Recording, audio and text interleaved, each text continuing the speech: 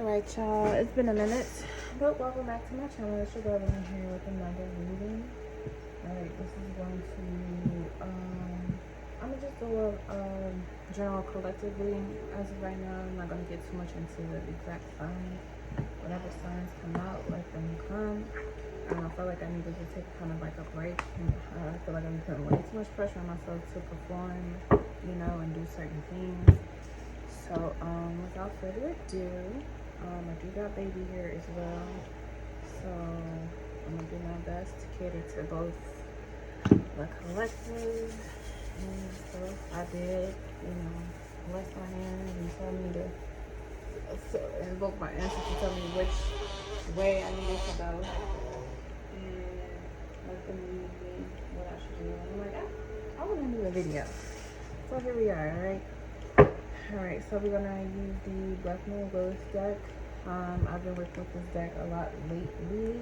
I did see someone talk about looking at the planet or the sign clustering, the third house of communications, and connect more with that energy. So that's what I've been doing lately, is connecting with, Lilith as well as Pluto up next. But I've worked with Pluto before, and I did experience a lot of breakthroughs, especially doing the Peace Dealer's 13-day ritual. But connecting with the Lilith energy a little bit more definitely helped a lot. And I really do like this deck, and I am going to be looking forward to finding another one. And the more that I use decks, I actually am starting to see like how much I really do love them, and I can't wait to, finish producing my own. So let's get into this collective reading. I thank you, Archangel Michael, for your protection and your guidance and the delivery of this message to those who need it the most. May you find peace, healing, love, and truth in the message that comes out, alright? So let's get into it. Alright, we got the Moon, intuition, emotional healing, Dark Night of the Soul, and Mercury, communication and truth. Okay. Alright, so we got the Moon and Mercury here, calcination. This definitely, as you can see, if you can see, let me see if you can see it or not. That's Saturn there in this picture. And number 33, 6, 23, 33, and 24. These come right after each other. But before we get here, we gotta heal or make balance with this Dark Night of the Soul. So with that being said, there's definitely an inclination to do something, but it requires some type of breakthrough to occur first, and then the mind will be able. So this could be like needing to go into a meditative state. This can also be just you choosing to face your fears, listen to the thoughts that you are having, and not having to respond to them as much as it needs. You just need to listen. And that might be the issue here when it comes to the emotional healing part. Your intuition is guiding you in a direction, but if you don't listen to the emotions that are coming up with this intuitive guidance, because you need to observe them, not so much react to them, it'll help clear your mind so you can have a clear channel on what to do next, or what direction to go into, which is something I was just talking about before I got on here, actually. All right, and this is like a mother, and this is someone that's becoming a mother. So you may know someone who is pregnant at this time, and this doesn't have to be a physical mother having a child pregnancy. This could be you having a bright idea that you want to bring into fruition, that the divine has placed upon you. So in some way you are pregnant right now. However, you're going through the gestation process before there could be communication about it, or before you start sharing it with other people, and that could be kind of maddening to a certain extent. I really want to look at this card. Actually, you got Master Manifestor at the bottom here, so you definitely are in the midst of creating something. Let's look at calcination number 33 here. So Dark Night of the Soul represents the straw that broke the camel's back. It's the spark of internal grief when your partner lies to you for the umpteenth time, or the anger that comes from a snide remark from a toxic boss. You finally have had enough of the traffic heading downtown and now have the fierce motivation to move to a new city. Calcination in alchemy occurs when you finally have a reckoning with what no longer works is in alignment with you. This feels, wait, let me make sure I read the right. Calcination in alchemy occurs when you finally have a reckoning with what no longer is in alignment with you. This feels like an uncomfortable and intense dark night of the soul. Your ego feels unsupported by your reality, and you must experience a metaphorical death or a spiritual death to be reborn.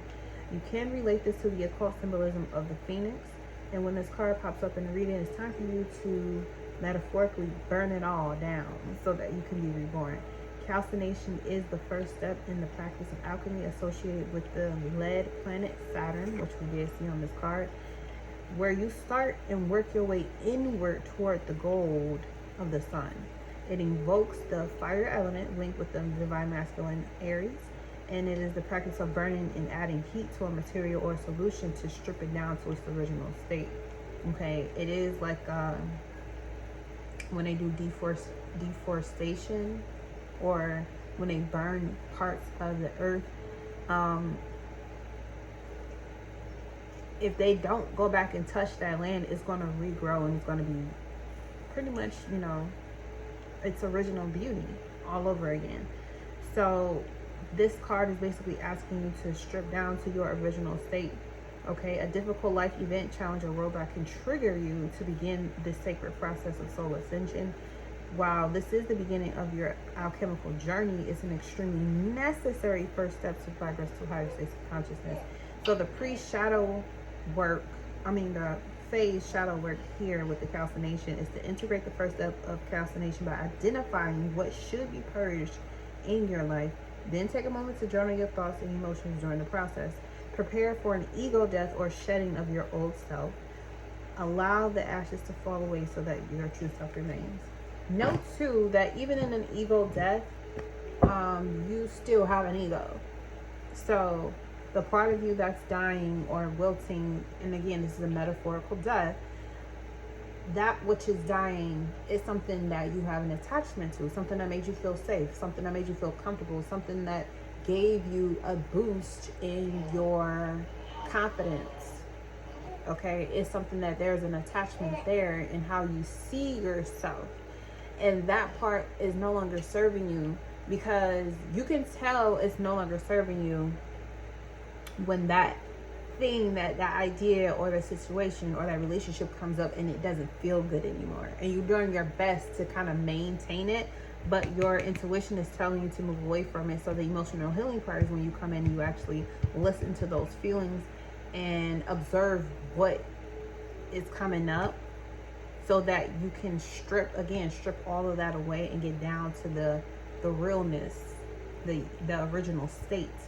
And therefore now you can move on and can start communicating with this master manifestor at the bottom what will actually serve you, what will, you know, spark that fire in you again, so that you can move on. All right, so what came out was Uranus, Spark of Genius, and Ascension. So this is something that's new. This is original. It could occur during a moon in Aquarius. You could also have aqua moon. Shout out to the aqua moons.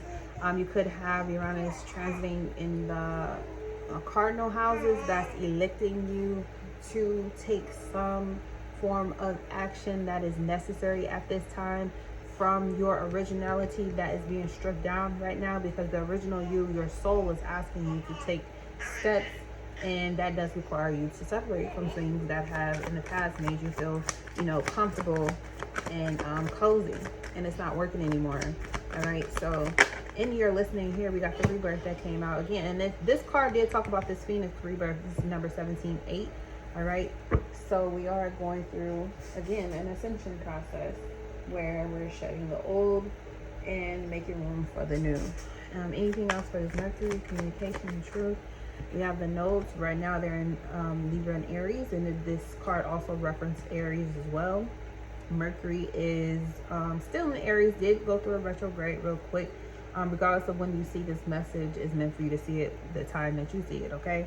But the nodes of the moon, release, clear, and align. Number 32, breaking down to a 5 again. And we got 23 over here, mirroring numbers. both related to the moon as well. 5 is about change, going through cycles, right, with the moon.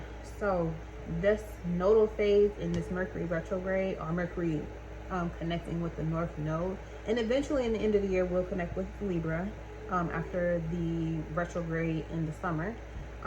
These points is making you, or helping you to, number one, get rid of thoughts that you once identified with. That's what that Mercury Aries transit retrograde is trying to help you to do. Get rid of conversations, get rid of groups or of people. Mercury is about communication, also rules the third house again. That has to do with, you know, being around people who made you feel comfortable, that have neighboring energies or familiar energies that you've grown up with. Getting away or getting yourself out of those group thinks and putting yourself into something that's way more original, so that you can actually have the space to build or create something from scratch, because that's what we're breaking ourselves down to. We're breaking ourselves down and getting rid of the old and getting down to, you know, the soul, right? So that retrograde was again to remove all of the perfunctory ideas and put yourself in a space where you can create original, new, unique ideas for yourself. Aries is about the self. And I would like to predict also Mercury Libra, when that comes across, it is going to be, again, you getting rid of ideas regarding relationships and then putting yourself on to new ways of how you can relate with, you know, the world around you. One-on-one partnerships that go on that you're involved in, how you can do that. But it starts with the self, Aries, right? Number one. All right, anything else you can pull out of this Lilith deck regarding this reading here? Anything specific that we should be looking into? We got Mother Earth here. Okay, 16, my number. All right, so Mother Earth is here showing up. If you have not been putting yourself in alignment with the Mother Earth, here we got higher self at the bottom. If you haven't been aligning your soul with the resonance of the earth, there's a lot of information that you can be missing out on. And one of the ways you can align yourself with Mother Earth is to, in fact, put yourself in a meditative state to the frequency, go outside, do grounding, you know, things of that nature. That'll help ground you and tune you into this frequency.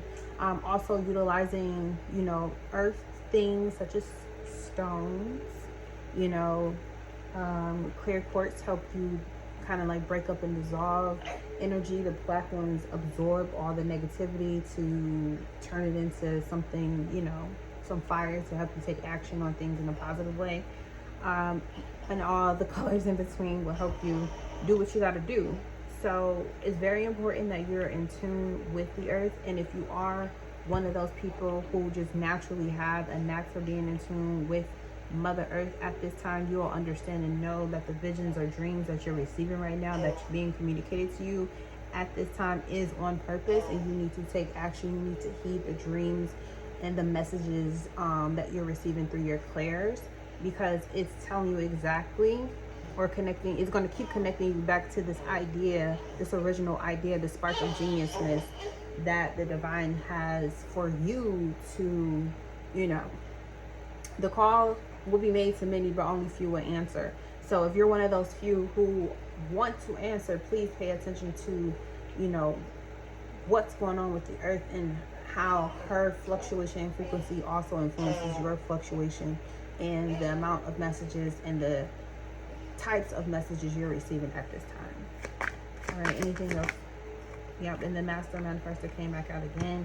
So all this is happening so you can get back to manifesting exactly what it is you need to be working on. 42 breaks down to a 6. So this is about you building something that is going to resonate with who you are, like the reason why you're even here in the first place. What you've done in the past and what you've built up until this point in the physical reality, it looks dull, it looks old, it's not giving you that same, you know, spark of, you know, excitement anymore. It doesn't mean that you're not grateful. You definitely want to still give thanks and be grateful for what you do have, because at some point you wish to be where you are and you made it, but now it's time for you to, you know, go to your next mountain. So definitely still give thanks and be grateful for where you are, but also take into account that with gratitude and where you are comes gratitude and what's to come as well. So don't feel bad, or don't allow other people to make you feel bad or make you feel like you're ungrateful because you want more in your life. That's the Divine Feminine Network, okay? Master Manifestor, you could be a manifesting generator or a manifestor, human design as well. But this is basically your sign or your ticket that, you know, new things are coming. New things are going to manifest for you because you are manifesting your new self.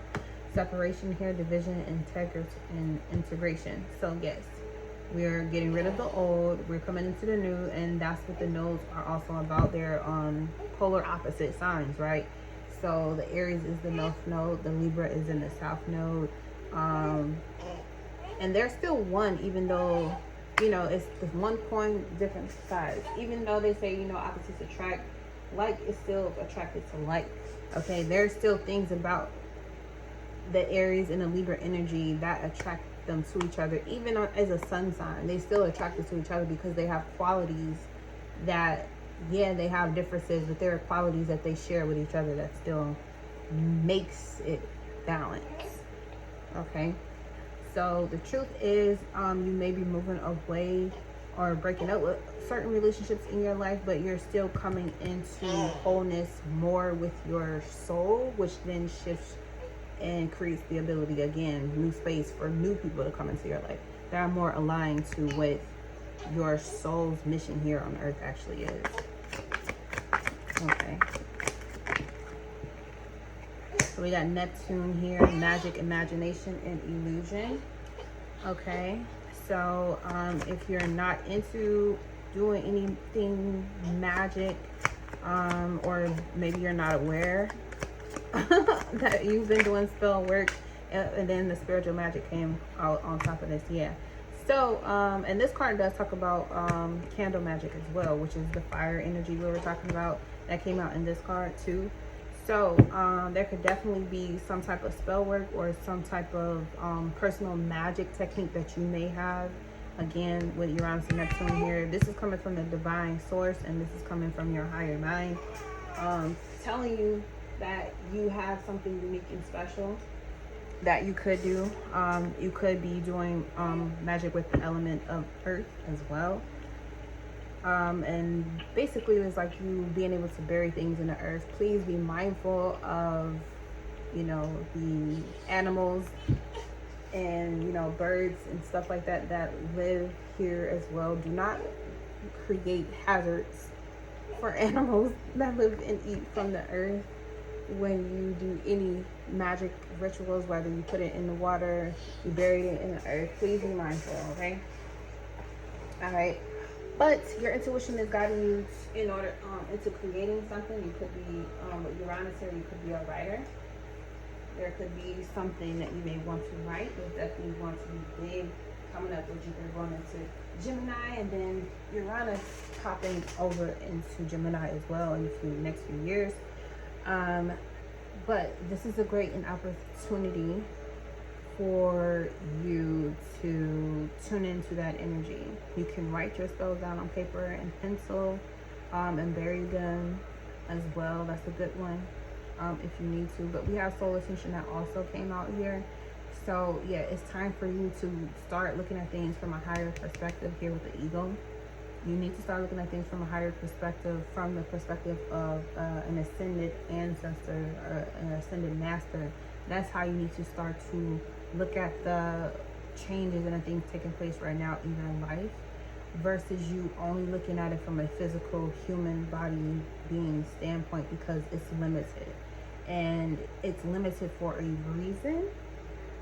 There's a reason why we don't know every single thing about, you know, why we're here in life. We don't get everything up front and center when we are born here as a human being, but we get it all collectively when we, you know, it's time for us to check out. We get to review, right? And it's for a reason. is so that you can continue to choose to continue to ascend and keep feeling that closeness to the divine power. Should you put work into becoming your master manifesting self, you'll get to experience those different soul ascensions, because this is not the first and only time you're going to go through this experience. It might be in different areas of your life or different times in your life, but you're going to continue to go through this evolution. So you should definitely understand whenever the separation is starting to occur. And it's not an attack on you. No one, yeah, we got Venus here at the bottom with love and abundance. Yeah, it's all in the name and vibrancy of love and abundance. You're becoming more loving, more abundant each and every time you get to allow yourself to ascend, you know, in pure joy. Because if you were being, as an ascended master, if you saw someone and you wanted to call them to, you know, perform a duty or a job that they're spiritually aligned to, but you got to drag their feet in order to do it. I mean, are you really going to be really willing to, you know, work with that person? Or would you rather find someone who, although they're not perfect either, they have the willingness to go and get it done, and they will do the work in due time? Like, you got to look at it from that kind of a standpoint, okay? They'll be the one that's more open to receiving the love and abundance that the divine power has in store. Then they're going to be the ones to actually live and be able to enjoy that love and abundance as well. All right, so I'm going to leave it here. Thank you so much for tuning in this message. We have, Aries at the bottom. You need your life. Yeah, be in control of your emotions. Doesn't mean that you have to act on them all the time, but it does mean you have to be responsible for them. So be responsible at this time for what the divine is showing you. Let those emotions and feelings come up. Recognize them for what they are. And allow yourselves to go through that calcination, that burning, that fire and rebirth process, so that you're able to have a better connection and better communication with your ascended ancestors, and all those who have soul affinity with you, so you can live out that master manifesting quality. Peace.